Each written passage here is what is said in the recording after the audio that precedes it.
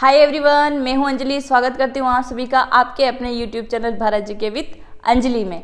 आज अपन पढ़ने जा रहे हैं महाकाल कॉरिडोर के बारे में कुछ महत्वपूर्ण तथ्य जो कि एग्जाम में इनसे बनने की जो संभावना होती है महत्वपूर्ण क्वेश्चन की, वो अपन डिस्कस करेंगे। मैं मध्य प्रदेश जिला दर्शन के एक सीरीज शुरू करी है, उसमें प्रथम अपन ने पढ़ा था धार, फिर भोपाल जिला और उज्जैन।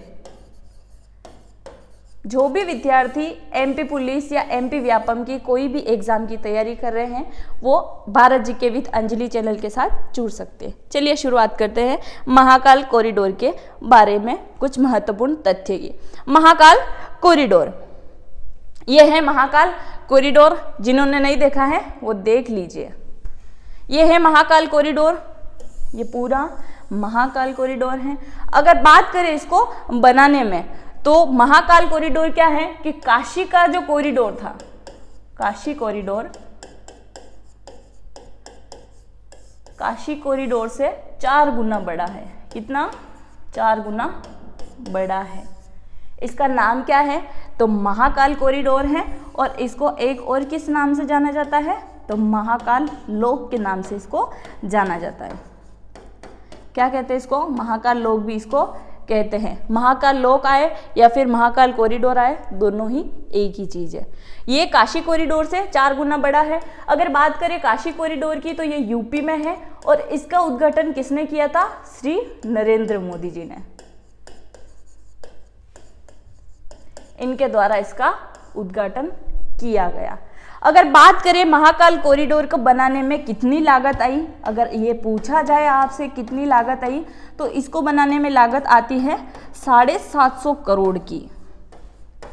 कितनी लागत आई है? 750 करोड़ रुपए इस पे खर्च हुए हैं इसको बनाने में। नेक्स्ट है, बात करें उद्घाटन की तो उद्घाटन किसने किया?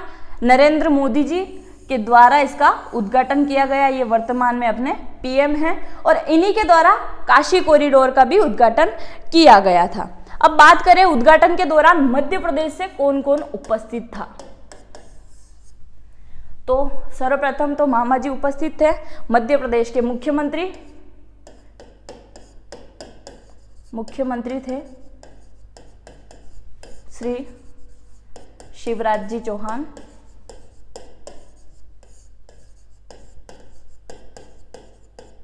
ये सपरिवार आए हुए थे यहाँ पे। कौन? मध्य प्रदेश के मुख्यमंत्री। और इन्हीं के साथ में मध्य प्रदेश की सांस्कृतिक एवं पर्यटक मंत्री कौन है? उषा ठाकुर। ये भी यहाँ आती है। कब? जब महाकाल लोक या महाकाल कॉरिडोर का उद्घाटन होता है। उषा ठाकुर कौन है? तो ये सांस्कृतिक एवं पर्यटक मंत्री है। उद्घाटन किसने किया था? श्री नरेंद्र मोदी जी द्वारा इसका उद्घाटन किया गया था। नेक्स्ट है त्रिशूल। ये प्रतिमा वहां लगी गई है। कहां पे? महाकाल कॉरिडोर में प्रतिमाएं लगाई गई थी। पहला, अगर बात करें यहाँ के मुख्य द्वार की तो मुख्य द्वार कितने हैं यहाँ पे? 4 आते हैं। कितने द्वार हैं यहाँ पे? मुख्य 4 द्वार आते हैं। पहला मुख्य द्वार, ऐसे तो यहाँ पे ऐसे 4 द्वार बने हुए हैं, 1 2 3 और 4। ये जो द्वार है ये मुख्य द्वार है। इसका नाम क्या दिया गया है? नंदी द्वार। क्या नाम है इसका? नंदी द्वार। इसी के जस्ट सामने आप जब नंदी द्वार से प्रवेश करेंगे तो इसी के सामने आपको एक शिव जी की प्रतिमा दिखाई देगी। शिवलिंग यहाँ पे लगाया गया है। कहाँ पे? नंदी द्वार के जस्ट सामने। दूसरा कौन सा द्वार आता है? 4 द्वार यहाँ पे है। पहला हो गया है नंदी द्वार, दूसरा आता है गणपति। कौन सा है? गणपति द्वार। तीसरा आता है रुद्राक्ष। कितने हो गए हैं द्वार? नंदी द्वार, गणपति और रुद्राक्ष। इसके अलावा कौन सा द्वार रह गया है? तो यह है त्रिशूल, जो कि अपन ने देख चुका ये इसकी प्रतिमा लगी हुई है। तो कौन सा है ये? तो यह है त्रिशूल द्वार। कितने द्वार हैं यहाँ पे मुख्य? तो 4 द्वार हैं। पहला जो मुख्य द्वार है वो नंदी द्वार, दूसरा है गणपति, रुद्राक्ष और त्रिशूल। यहाँ बीच में क्या है? शिव जी का एक प्रतिमा लगी हुई है और एक शिवलिंग भी यहाँ पे लगाया गया है। इसके अलावा बात करें यहाँ पे और कौन कौन सी मूर्तियां लगाई गई है, तो एक रथ लगाया गया है। क्या लगाया गया? रथ। इसके अलावा पिनाकी। पिनाकी एक भारतीय मिसाइल भी है, जो कि आपने आर्मी वाले पार्ट में अच्छे से पढ़ा होगा कि पिनाकी क्या है, उसके बारे में मैंने डिटेल बताई थी। पिनाकी, रथ और नीलकंठ, शंख, इन सब की भी प्रतिमा यहाँ पे लगाई गई है। इसके साथ में है रुद्राक्ष झील। इनके कॉरिडोर के बीच में, महाकाल कॉरिडोर के बीच में क्या है? एक रुद्राक्ष झील बनी हुई है। रुद्राक्ष या रुद्र सागर या कमल सागर,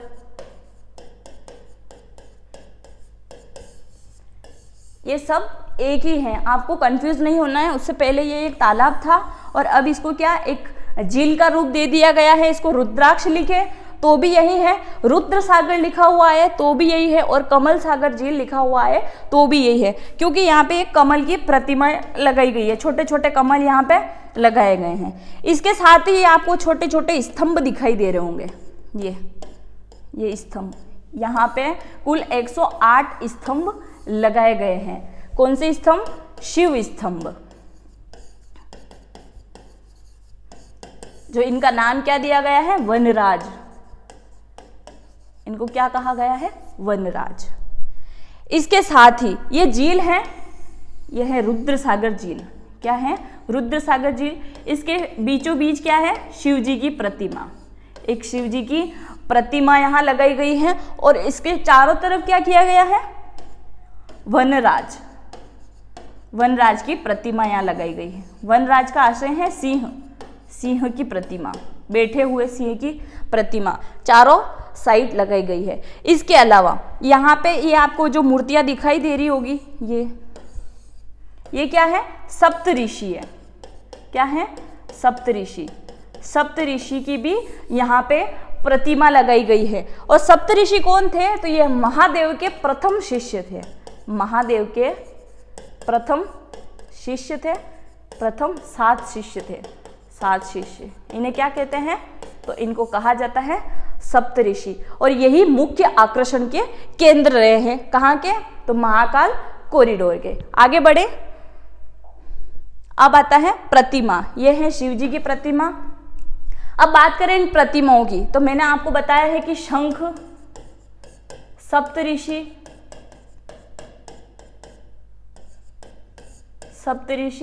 शंख, शिवजी, वनराज, रथ और अनेकों यहाँ पे छोटी छोटी मूर्तियां भी यहाँ पे लगाई गई है। आपको ये सारी चीजें देखने को मिलेगी। जहाँ सारी ये मूर्तियां लगी हुई है, इन्हीं के जस्ट नीचे एक आपको बार कोड स्कैनर दिखाई देगा। यहीं नीचे की साइड में एक बार कोड स्कैनर लगाया गया है।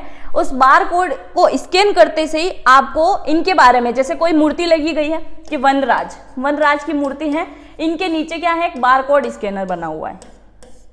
जैसे ही आप बार कोड स्कैनर को स्कैन करते हैं तो आपको इसके बारे में जितनी भी जानकारी है वो टेक्स्ट के द्वारा भी मिल जाएगी, ऑडियो के द्वारा भी मिल जाएगी। इन दोनों के माध्यम से आप जान पाएंगे कि वो मूर्ति क्यों लगाई गई है, उसका कारण क्या है और उसकी क्या क्या विशेषताएं हैं। क्लियर है?